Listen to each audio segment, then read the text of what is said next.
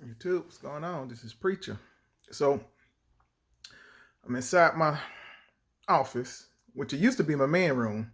Now, you know, now then,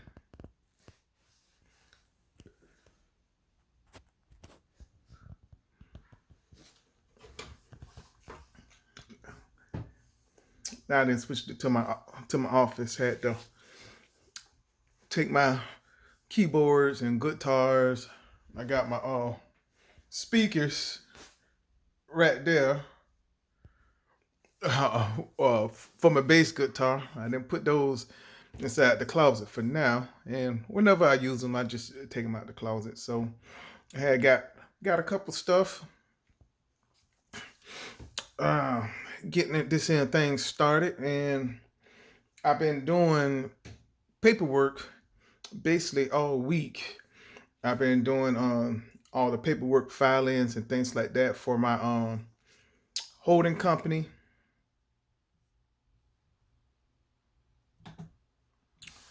So for my holding company, my LLC, and I had this one right here. Okay, that's my old one, and my articles or certificate or organization for my trucking company. But I got to do so much paperwork switching it all around because my holding company now is going to own the uh, assets for the trucking company. So it's a lot of paperwork involved inside of that, and changing around my LLC. So I have lots of paperwork and things like that I'm doing. And I do have a virtual office, but my one of my virtual offices in another state. So I'm getting another virtual office for my trucking company inside of this here state. So that's why I'm on the computer with Swift filings and start me another business in another LLC. I'm disbanding my first business and starting a new one, all because of time. Mainly, that's the reason. It's because of time. Because what the IRS is telling me is going to take 2 months for address changes and all this other particular stuff to go, but for all my assets and just start a new business, it takes 1 day. So I'm like, man, I'm not finna do the change the address and everything. It's easy to just disband the business, to close that particular business down, open up a new one, and put in the new address with the new one because I could do all that in 1 day compared to waiting 2 months for address changes and everything like this, especially signing on with this company, leasing on to this company. My company is going to be leasing on to this particular company. And so it's a little bit easier and quicker for me to do it this way. I don't know why, y'all. I don't know why. I'm not a tax person. I'm not all this other particular stuff, but just talking to my CPA, well, it's easier and quicker just to do this. Um, because I'm trying to do this before I go out and get the truck, so I can get the truck under my holding company name, and because they will hold that particular asset, and I want to lease that to my uh, trucking company, and they're just going to be paying the lease to my holding company and things like that, and then my holding company will pay the truck payment. It's a monthly truck payment, and it's 1550 a month for that. So the company I decided to go to, which I'm not going to say what company it is just yet, because I want to get into it and make sure I like it. For us, all the deductions only came up to about $350 a week if I do not rent a or lease a trailer with them. If I have to lease a trailer with them, then the trailer rental is $190 a week, if I'm leasing a trailer. But I'm gonna try to find me a um, a trailer and have my holding company buy that trailer and do the same thing, lease that from my truck company. I'm trying to keep the deductions as low as possible. But I chose this particular company because I can work off of any load board. I pick my own loads. Of course, the agent that I have will have to get all that information and things like this because they get paid weekly. That's the only thing I don't like about this particular company because it's weekly settlements, things like this. But I can work off of any load board that I want, pick my own loads, go where I want to go, stay out for however long as I want to stay out, and all that particular stuff. And they got different divisions. Like I said, I'm gonna try to jump on this reefer thing, but what they was telling me, because I don't have any reefer experience and all this other blase, it's easy to start off with the drive-in first, and then switch to reefer. Once I learn the system, learn all this other particular stuff, the stuff like this. So I'm still just thinking about that. But that's the game plan, is to jump on board with the reefer unit and go with that. But the main reason is because I can use any load board, and I'm talking with agents, and I'm talking to brokers, and I'm negotiating my own rates and things. So even when I do switch to my own authority, probably next year, January or February, around that time, that's when I'm thinking. Could change. All depends on what's going on and what I'm trying to do at that particular point in time. But it's an easier change because I'm already going to be working with these brokers for say, and now I'm going to get used to the different lanes and booking my own loads. So when I have my own authority, I have been doing this for 4 or 5 months already, and it's an easier switch and things like this. And plus, with a 1,500 was $1,550 per month monthly truck payment. That's reasonable. I was trying to go with Lone Mountain, but Lone Mountain still do not have the truck that I'm looking for. So I'm looking for a 2016 or 15 Kenworth T680 with a Cummins motor in it. That's the best truck for my business application that I'm doing in the places that I am going and the type of loads that I'm going to be hauling in the areas that I'm going to be hauling those particular loads in. I am looking for a manual, but that's been hard for some reason. Like all these places got automatics, but I've been looking for a manual 13 speed, but I can't find a 13 speed. They got a lot of 10 speeds, but then they got a lot of 10 speeds automatic. They have the PACCAR motors that is a manual, but they don't have the Cummins motors that is a manual. So I'm still looking at that right now. But the three places that I've found with the payments that I'm looking for, they don't have none. They just have automatics right now. So it's going to come down to, once I get all this paperwork and stuff, hopefully by the end of next week, I should have all this paperwork. I should have the letter of intent for the company that I'm leasing on with. They're just waiting on some information to come back. I should have that letter next week, and I need that letter to get the truck from the other company.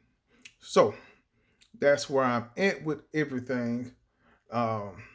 And getting all that particular stuff done. Plus, I finna change banks as well. So I finna with this new business that I'm starting up and switching everything over. I'm going to Wells Fargo for my business account with Wells Fargo. So I'm going to be looking at that as well. So, but that's where I'm at. So far, I started this past Wednesday, when I started all this paperwork stuff. Found the place. I went to the virtual office. It's a real office. It's a real building. It's from Regis, and I have access to an office itself 5 days out of the month. I have access to an office. I have access to meeting rooms and conference rooms whenever I need them as well. So it is a real building and real office at that.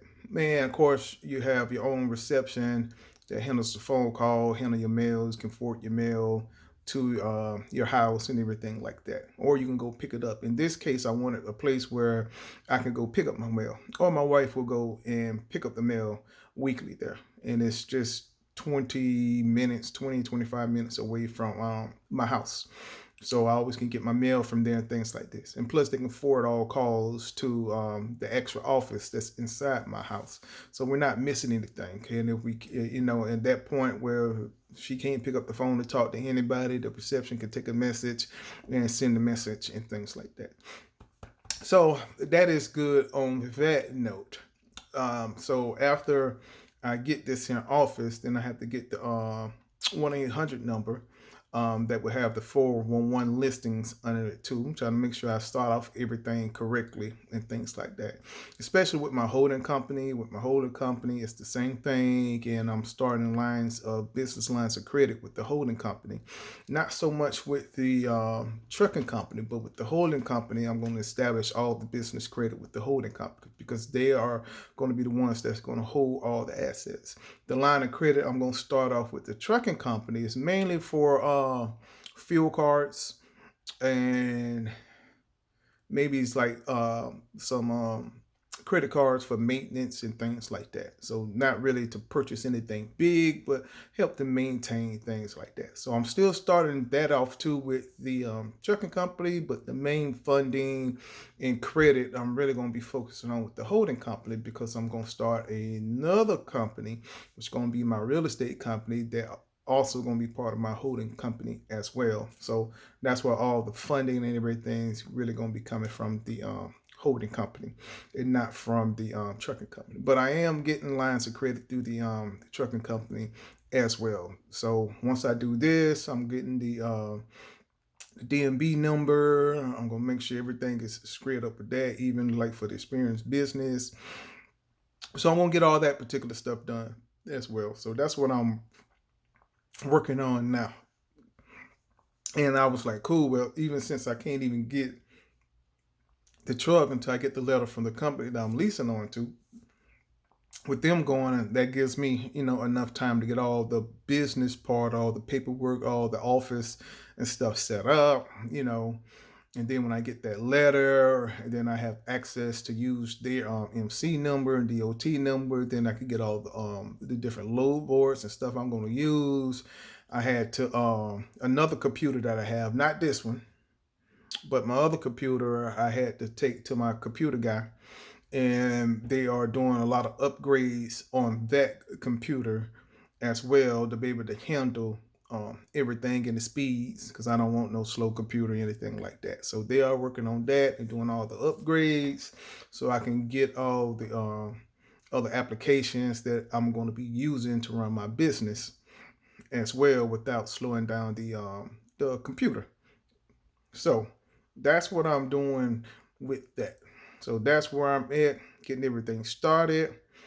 And yeah, when you switching over from a company to being an owner op, and this one thing that I did when I was doing my research,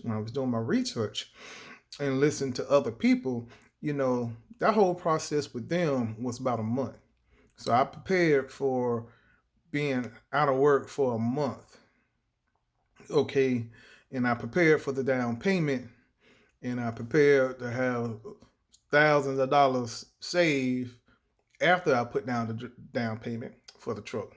And I got two mechanics already ready to look at the truck. Plus, I'm going to take it to the Kenworth dealership and have them look at it, dyno it, and they're going to go through it. Then my own two mechanics is going to go through it as well because you got 72 hours to switch the truck to get your money back or anything like that. So I'm going to use that 72 hours wisely before I just go ahead and just take off. But at least once I get this information next week, I have to wait on this. My medical stuff is always medical stuff with these companies. They want to know what this particular medicine I take, which is gabapentin, I take for a neuropathy that I have from being diabetic.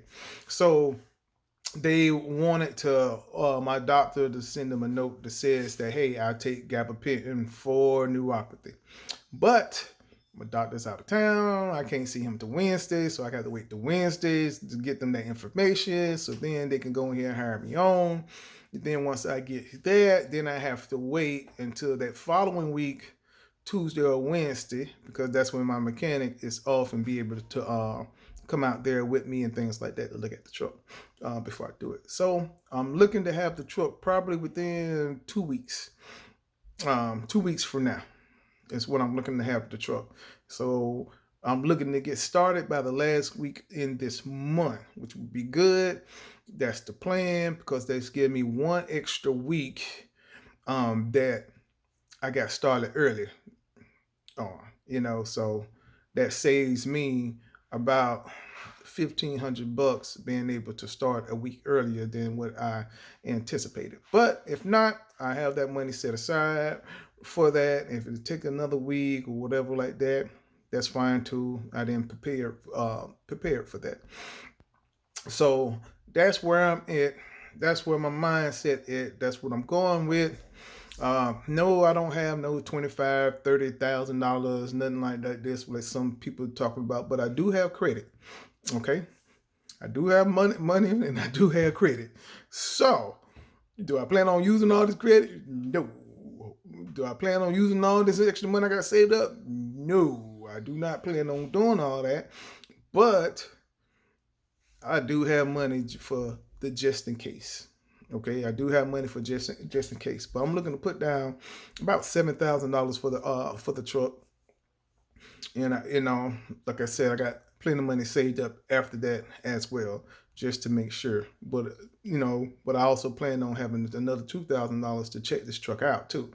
So that's why I was willing to put in it, just to make sure that the truck is ready to go. No, you're not always going to have the best of luck with trucks. Okay, but the place, they are saying if I drive the truck or I have any problems, they got things that they can work with you to get the stuff done. They even got stuff where, if your funds are low and they have to fix the truck, whatever, you can do promissory notes, or they can add it on to your payments, your monthly payments. You could get it for at least this place. It's a kind of place where you can actually, get the truck, and if something do go wrong, they work with you. They ain't trying to take the truck back. They're not trying to do all this. They're going to work with you. But I also have mechanics. I got people who done it all. Like I said, I got my daddy. That's a good thing to have some people now. So that could fix anything. Done it. He did pre-builds, overheads, in-frames, changed the differentials, the back end, the transmission, the clutches. He done all that stuff. So I do have people, but I don't want that downtime. That's why I'm going to spend the money, so I don't have that downtime. Okay, so I'm trying to get a truck. So the only thing I have to worry about, I say for at least the first 6-7 months, it's just oil changes. If you can get a good 7 months off of a used truck before you have to put any money in it, you've been able to save up money. You should be able to save up the money that you put down for your down payment and build up a little maintenance fund before you got to put a little bit money in it. But yeah, you get a used truck over 500,000 miles, which this is, I think it's like 530 something thousand miles on it. Yeah, expect things to go wrong with it. But also, when I get this truck, I'm going to try to make sure certain things that's supposed to be done to this truck, as far as what the manufacturer recommended, have been done on this truck. I'm not trying to get an old truck with old batteries, because you automatically know you're going to need new batteries, right? So why not have the dealership put new batteries in? You look at the alternator, right? It's still have the original alternator on it. Well, that alternator is going to get ready to go out, because alternators go out from 350,000 miles on. Same thing the water pumps, the belts, the hoses. There's certain things that is supposed to have been done on there. Fluid change throughout, all your fluids change throughout the whole truck. So when you're checking out the truck, make sure that they have all that stuff done. And if they didn't have all that stuff done, see if the place where you're going can do all that stuff before you even take the truck. You talking about like me putting $7,000 down on the truck. Then you want me to start making payments on this truck, but you're trying to sell me a truck that, everything that was supposed to be recommended for the manufacturer to get done have not been done. So try to get them to do it. And if they can't do it, Well, get them to take some price off the truck, and then you still go out and do it anyway. But I'm not finna sit here and take an old truck with a lot of miles that still got a whole lot of old parts that you're gonna have to um fix the hoses. That's how you wind up having air leaks and everything like that. I mean, if they got the old hoses and all the old hoses, it's like the hose has a shelf life of 5 years and it's already been 6 years. Well, you know those hoses need to be changed. So stuff like this, you have to know. And if you get out here and you doing this, but you don't know that kind of stuff because you're in a hurry to become an owner operator, but you haven't learned about the engines, you haven't learned about the shelf life of things on the engine for the mileage, and so you just getting out here and now you start having all these vehicle breakdowns. Now you saying that you got a lemon, or you saying you got a bad truck, or the emission system. Everybody know that the emission systems is the major problem wrong with this truck. Well, see if they had their message system tuned up on it. Did they take the parts out? Did they clean all that stuff out? Did they clean up, all the settlements and stuff out of it? Did they do the clean the SCR and then the DPF filter, and then you checking your EGR cooler and all this other kind of stuff. Then you got to check your oil cooler and stuff like that too. You got to look at this stuff. You got to look at your oil pump. You got to look at your fuel pump. You got to see if all this stuff has been changed. Because if not, to do it. And if they won't do it, well, that's not the truck for me. I can go down to another truck and see if another truck have gotten this stuff done. So that's what I mean by the experience that you need to know when you're going out buying these trucks and looking for trucks. You really need to be ready for this. Not to say you're not going to have no breakdowns. I'm not saying that. You can't foresee every single thing. Even brand new trucks right off the lot break down. And yeah, you don't have to pay no money to get fixed, but you still got that downtime. So you can't be like, if I get a brand new truck, I don't have to worry about breakdowns. Yes, you do. You got to worry about getting towed the whole 9 yards. No money come out your pocket, but look at downtime you have to do too. So everything is about the downtime in trucking. You can have the money and you can expect not to spend that money, but hey, it may happen. But do your due diligence to make sure the things that you are doing and all the knowledge that you have gained to this point, you're going to utilize that so you do not make these mistakes. That's the main thing. You do not make mistakes. And like I said, I'm starting a trucking company. Yes, I'm going to be an owner operator, but I'm starting a trucking company. So I'm trying to set it up right from the get-go. Set it up right from the get-go. Okay, so that way, when I do switch over to my own authority, I have everything already set up and I've been running the business like I had my own authority from the get-go. Now, only thing I'm going to need to do is just get the paperwork for it. And then after that, like I know if I'm going to get people on, sign people on to my authority, I know the assurance that I need to start off with got to be able to allow other people to sign on to my authority too. And that kind of insurance take money. I done the research. I'm in the state of Florida. If y'all don't know, insurance rates in the state of Florida is through the roof. Okay, I don't care if you got the perfect driving record. It's still through the roof. All right. No matter what agent, I didn't talk to 5 different agents, different places. Okay, and the cheapest, all 5 agents, the cheapest that they found for all their contacts, okay, in the state of Florida, for the type of insurance I want to be able to sign on other owners, operators to my insurance, the cheapest I found was $2,400. Not $2,400, $24,000. That's the cheapest I found.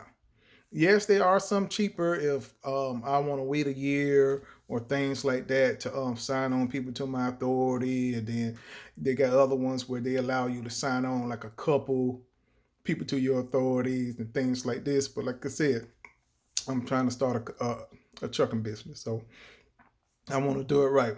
If that means I have to lease on to somebody to build up that cash flow so I can pay that big down payment in that insurance, and I can go ahead and get me a couple trailers, like 3 trailers, 4 trailers, So the owner op can just come over with the truck. They don't have to worry about having a trailer. You know, well, if I got to use this stepping stone, I'm going to use this here stepping stone. Try to make smart business decisions from the get go, and don't be in a hurry. I'm not in a hurry. You know, I'm not in a hurry. I'm just trying to do everything right. But all right, this has been 25 minutes, man. I'll talk to y'all later. Y'all have a great day.